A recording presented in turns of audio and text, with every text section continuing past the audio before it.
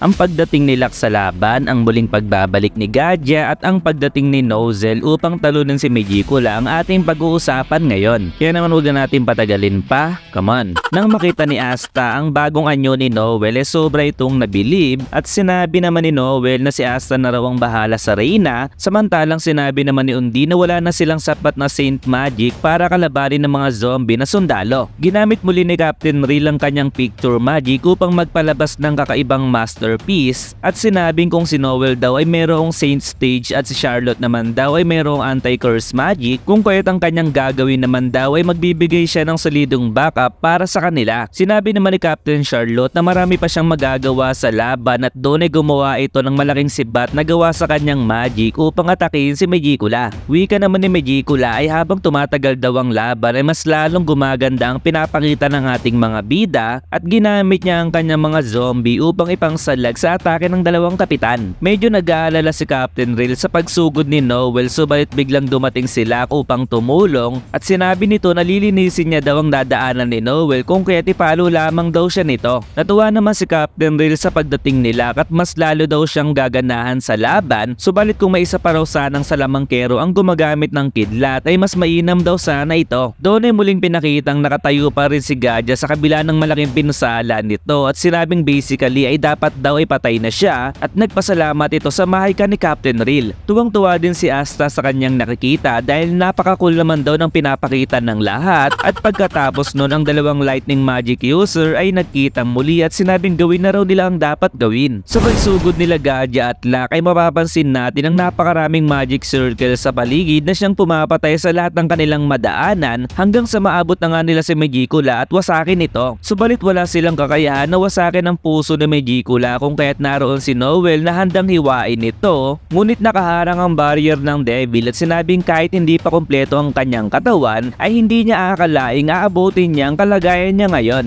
Subalit gaya nga daw ng kanyang iniisip ay hanggang doon na lamang ang kayang gawin ng ating mga bida at napansin ko na naman mga kaibigan na kitang-kita pala mula sa likuran ng puwet ni Noel at pinagtataka ko kung saan napunta ang kanyang panty at short. So weird.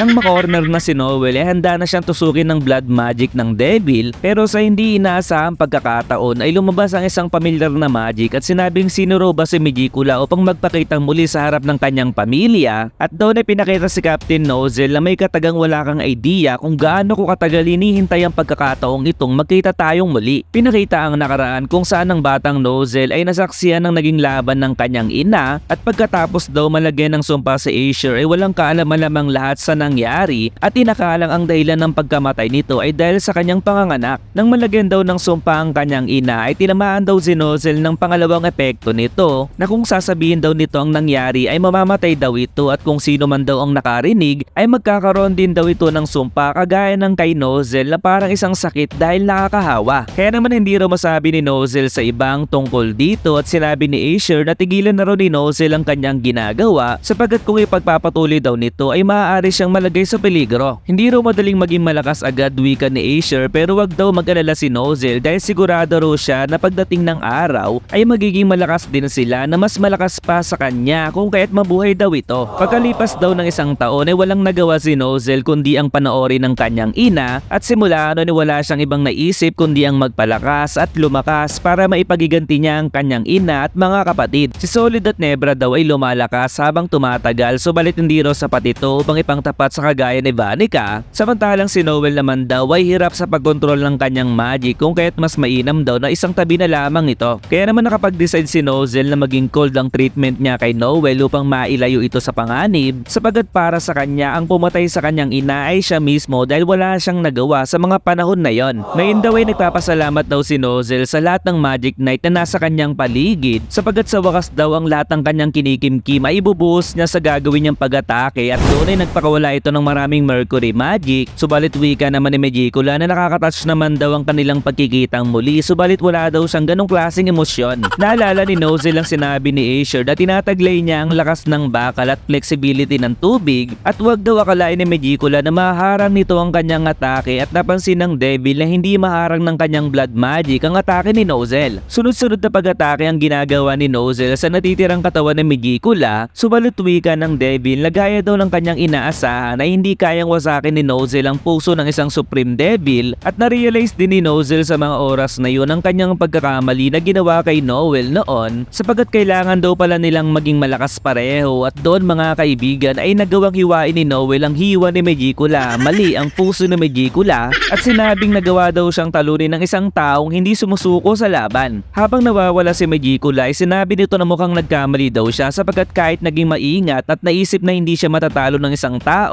ay napatanong ito na ang totoo daw ba nilang kapangyarihan ay nagmumula sa kanilang emosyon. Sa mga oras na yun ay nakalaya na din ang kaluluwa ni Aesir at masayang sinabi na lumaki daw ng malakas ang mga ito samantalang ang dalawa ay naiyak sa kanilang naramdaman. Tinanong ni Asta si Noel kung ano daw magic ang kanyang nakita at wika naman ni Noel na tumahimik daw ito subalit sa kanyang isip na ano daw ang kanyang gagawin dahil matagal niyang hindi nakita si Asta at nahihiya siyang tignan ito sa mukha kung kahit binigyan niya ito ng malakas na uppercut ay naku kumekerengeng na naman si Noel guys. Nagkatinginan ng dalawang magkapatid subalit si Nozel ay naisip na kahit wala na ang kanyang sumpa at pwede niya nang sabihin ang nangyari ay hindi naman daw niya alam kung paano niya kakausapin si Noel. Humihingi naman ng sorry si Captain Real kay Charlotte dahil sa anumang oras daw ay mawawala na ang epekto ng kanyang magic subalit wika ni Charlotte ay hindi raw kailangang humingi ng sorry ni Captain Real sapagkat dahil daw sa kanya ay nagawa niyang makalaban muli at hindi pa raw sila pwedeng mamatay ngayon. Sinalubong naman ng Reyna si Gadja at masaya naman si Gadja nang makita ang Reyna subalit bigla itong nag-collapse sa kalagitnaan ng masayang pagkikita. Ganun na rin ang dalawang kapitan kanina. Nababahala si Noel sa pagbagsak ng tatlo kaya naman ang Reyna ay ginamit ang kanyang magic upang sila ay mapagaling subalit hindi raw sapat ang kanyang magic para pagalingin ang ganong klaseng sugat. Sa isip naman ni Asta na walang magagawa ang kanyang espada sa ganong klaseng pagkakataon at wika naman ni Noel na hindi nila pwedeng hayaang mamatay ang tatlo sapagkat mabuti naman ang kanilang ginawa. Biglang lumabas si Vice Captain Nak at sinabi makontento na raw sila dahil nagawa naman nilang talunin ng isang Supreme Devil sapagkat hindi naman daw lahat ay nabibigyan ng gantimpala pero kahit sa kanyang isip ay nais niyang ma-rewardan sila Captain Charlotte. Pero biglang naalala ni Nak ang binilin sa kanya ni Lack na dapat nitong dalhin at doon ay napangiti si Noel sapagkat nagpakita ang magandang dilag na nababalutan ng mga bulaklak at sinabing hindi niya raw hayaang mamatay ang sino man. Ginamit ni Mimosa ang kanyang ultimate magic upang pagalingin ang tatlo at sinabi ni Noel na mukhang nahigitan nila ang realidad sapagkat yun daw talaga ang layunin ng paggamit ng magic. Tuwang-tuwa naman sila lalo na si Asta sa magandang pinakita ni Mimosa at doon ay humingi ng sorry si Lolopeka sa mga nangyari at wika naman ni Gadja na ginawa lamang daw niya ang kanyang dapat gawin bilang isang spirit guardian. Subalit wika ni Noel ay yun lamang daw ba ang sasabihin ni Gadja sa Reyna kung kaya't napaisip ito at biglang nagsabi ito ng matamis na I love you baby na sobrang kinagulat ng lahat ng marinig ito dahil mahal niya daw si Lolopeka hindi bilang isang Reyna kundi bilang isang babae. Hindi inaasahan ni Noel na yun pala ang sasabihin ni Gadja at inosenteng tanong naman ni Gadja na mali daw ba ang kanyang nasabi at makikita ang pagkataranta ng Reyna. Ganun na din si Undine at sinabing sa kanya lamang daw si Lolopeka pero kung si Gadja daw ay hindi na ito makapag-decide pa. Medyo naiirita naman si Nozel sa eksena pero nagpapasalamat daw siya kay Gadja dahil sa tulong nila ay mas lumakas pa ngayon si Noel at sinabing kailangan naman daw nilang iligtas si Yami kahit ano man ang mangyari. Sa isip naman ni Nak na nalagpasan daw ng lahat ang inaasahan niyang paglakas ng mga ito at ngayon daw ay si Zeno na lamang ang natitira sa Dark Triad. Pinakita naman ng eksena nila Yuno bago matalo si Megicula at sinabi ni Zeno na nag-aaksaya lamang sila ng oras kung kaya't tatapusin niya na ang laban at dito ay sinabi ni Yuno na bigyan daw siya ng 3 minuto nila ang Gris at tatapusin niya daw ito sa susunod niyang pag-atake. So 3 chapter ulit ang natapos natin ngayon at napansin kong maraming kumekerengkeng sa video natin ngayon kaya naman for more Black Clover reviews ay mag-follow lamang mga kaibigan.